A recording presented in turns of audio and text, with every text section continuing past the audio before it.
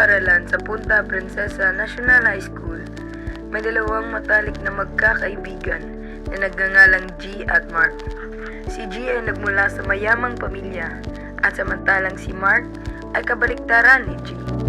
Si Mark ay nakatanggap ng pangungutya at diskriminasyon dahil sa kanyang kahirapan.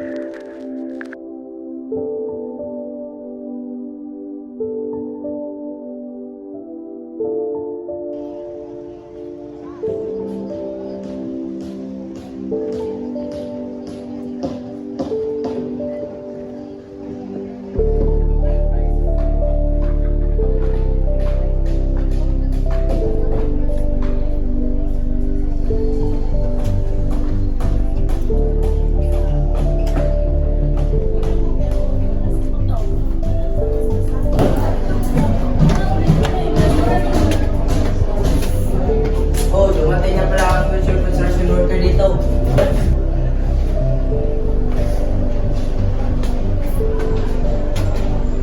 Bro, ba't maramay na naman ang puno mo? Okay naman yun. Tara, puntahan natin. Sino bang umapi sa'yo? Alam mo na kung sino. Hoy! Ano bang sinabi mo kay Cabrera? Siya ay isang future construction worker. Bakit ba? Totoo naman, di ba? Sunod-sunod ang panghusgang natanggap ni Mark at hindi lang galing sa bibig, pati na rin sa pisikal.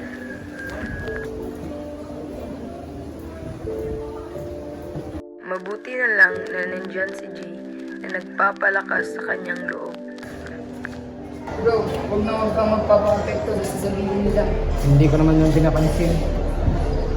Napansin ni G, ilang araw nang hindi pumapasok si Mark. Ang akala ni G, kaya hindi pumapasok si Mark dahil sa panghusgang natanggap niya.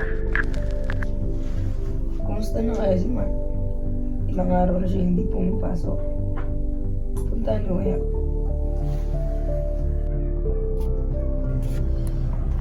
Bro, Hoy bro, bakit ka nandito? napansin ko kasing hindi ka na pumapasok. May nangyari ba? Marami kasing problema sa amin. Dito na nalaman ni G ang tunay na rason kung bakit hindi pumapasok si Mark sa klase ng ilang araw. Ano ba yun? Yan bro. Yung tatay ko ngayon nasa hospital. Siya lang yung sumusuporta sa amin sa mga gastusin. Kaya napag-isipan ko na hihinto muna ako. Pasensya na po. Maghahanap akong trabaho para sa ating pamilya. Handa akong tutulong. Huwag ka lang huminto sa pag-aaral. Sayang naman. Pasensya ka na bro. Hindi ko gusto ito. Pero gugustuhin ko na lang para sa pamilya ko. Bro, basta pag-isipan mo muna ng mabuti. Kung kailangan mo ako, andito lang ako palagi. Maraming salamat bro. Hindi nagpatuloy si Mark sa kanyang pag-aaral at pagkalipas ng 15 taon, napagdesisyonan nila na mag-reunion.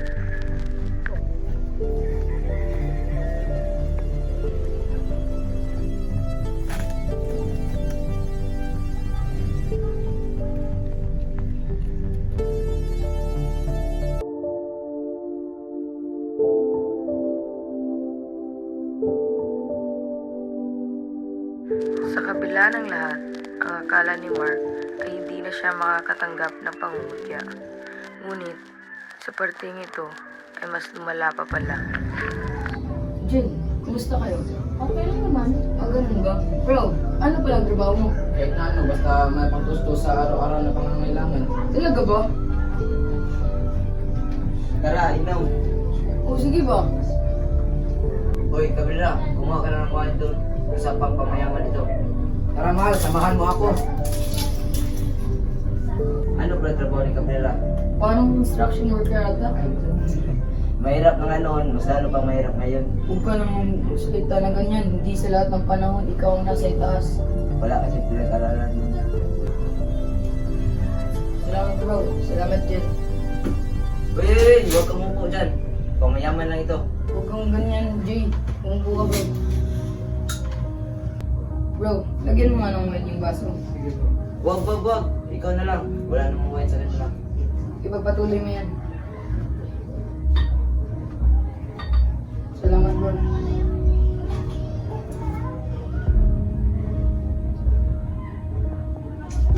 CR muna ako saglit.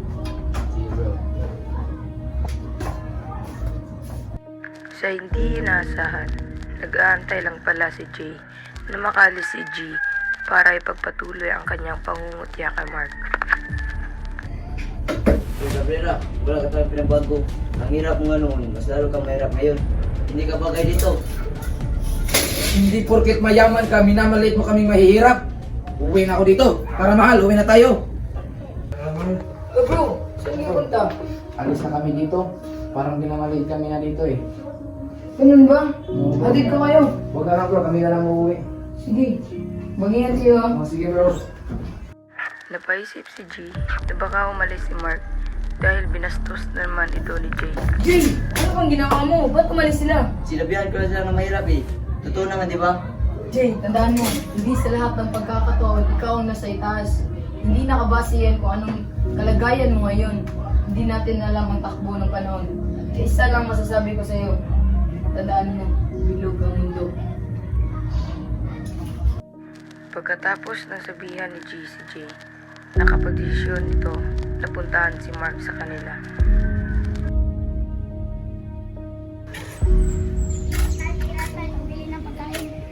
Pasensya ka na anak, wala pa akong pera dito. Bro, Oy bro, dyan ka lang, baka madumihan ka. Ano mong kailangan mo bro? gusto sana kitang kunin. Maging isang trabahante ng ating kumpanya. Sige bro, payag ako dyan. Kailan ako magsisimula? Pwede ngayong Lunes lang. Sige bro, salamat talaga. Oy bro, magandang gabi. Oh, magandang gawin. Buti napunta ka, magbuka ka na. Ano ba lang sa atin? Yung tungkol sa trabaho na inaalok mo sa akin, ano ba yun? Ah, bro, gusto sana kitang maging manager ng aking kumpanya. Ang taas-taas naman ang posisyon na yung binibigay mo sa akin bro. Bro. Baka hindi ko kayanin yan. Huwag kang ganyan, bro. May tiwala ako sa iyo. At una sa lahat, mas magaling ka pa nga ng bata tayo eh.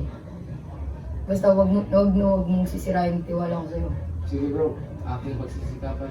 Buti, may inihanda akong papalis. Pero maano yan, at pwede ka nang makapagsimula bukas. Nagsimula na magtrabaho si Mark sa kumpanya ni G. Marami siyang natutunan sa kanyang pagtatrabaho at bilang isang manager ng kumpanya, ay nagampanan niya ito ng matuwasay. May nakakapagod man ng mga araw, ngunit hindi pa rin siya sumusuko. Bro, pagkatrabaho nga nito. Sige bro. Salamat. Pagkalipas ng maraming taon ng kanyang pagtatrabaho, ay sa wakas, nakapundar na siya ng kanyang negosyo at nakabili ng mga lupa. Ay, salamat. Nagbunga din lahat ng aking paghihirap. Ngunit dahil ko sa aking kaibigan. Salamat ko sa kanya. Nalagyan ko ng bahay dito. Diyan, ganda. Diyan ako magpatayo ng bahay. Diyan, sa garahian ko diyan. Kinabukasan, pumunta si Mark sa opisina ni G at Sir, magandang gabi. Oh, magandang gabi, bro. Tapos na pala yung pinapagawa mo. Lahat? Oo. Walang kulang yan. Salamat naman. Galing mo talaga. Pwede ka na umuwi. Sir, may sabihin ako. Huwag ka sanang mabibigla. Ano yun? Magre-resign ako. Bakit ba? May maliit na negosyo kasi ako pinapatayo. Kaya kasi walang mag-asikaso, walang mag-manage. Kaya napisipan ko ako na lang mag-manage. Asawa mo pala? Nasa bahay, siya lang ang nag-aalaga sa aking anak. Pero, buo na ba talaga decision mo? Oo sir. Ikaw, nasa iyo yun. Pero kung kailangan mo ako, nandito lang ako palagi. Sige sir. Maraming salamat talaga sir. Kung hindi sa iyo, kung hindi dahil sa iyo, hindi ko matutupad ang mga pangarap ko. Sus, Hindi ako kailangan nakapatayo naman. ng isang negosyo. Laking tulong mo talaga sir. Puro ka nang hindi kaibigan. nakapagsundo sila at agad nang umalis si Mark. Good luck, bro. Salamat sir.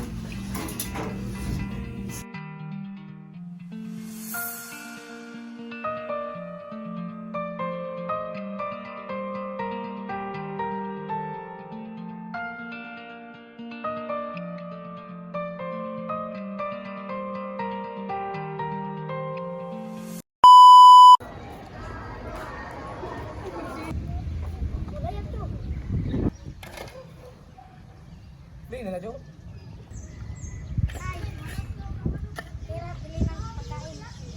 Mamaya na anak, wala pa akong pera dito, hindi pa ito naalis.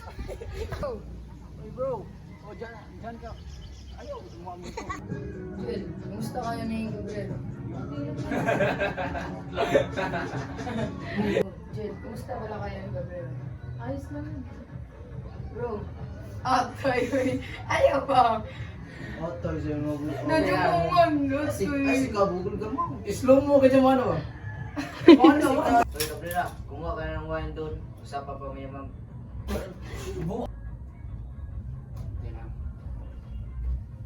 Salamat bro. Uy, huwag kang umupo dyan. Pangmayaman lang ito. Bro, huwag kang ganyan. Umupo ka bro. Mukhang matituloy. Salamat bro. Uy, huwag kang umupo dyan. Huwag ka upo dyan. Huwag ka upo dyan, barong ka dyan.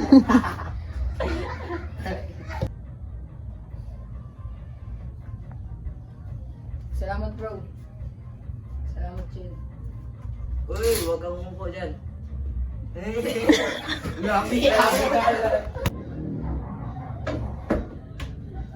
Uy, Gabriela, wala ka talagang pinagbago. Ang hirap mo nga noon. Mas lalo kang umirap ngayon. Hindi ka bagay dito. Hindi porket mayaman kami na maliit mo kami mahirap. Mahal, tara na. Uy, Gabriela, ang hirap, wala. Ikaw.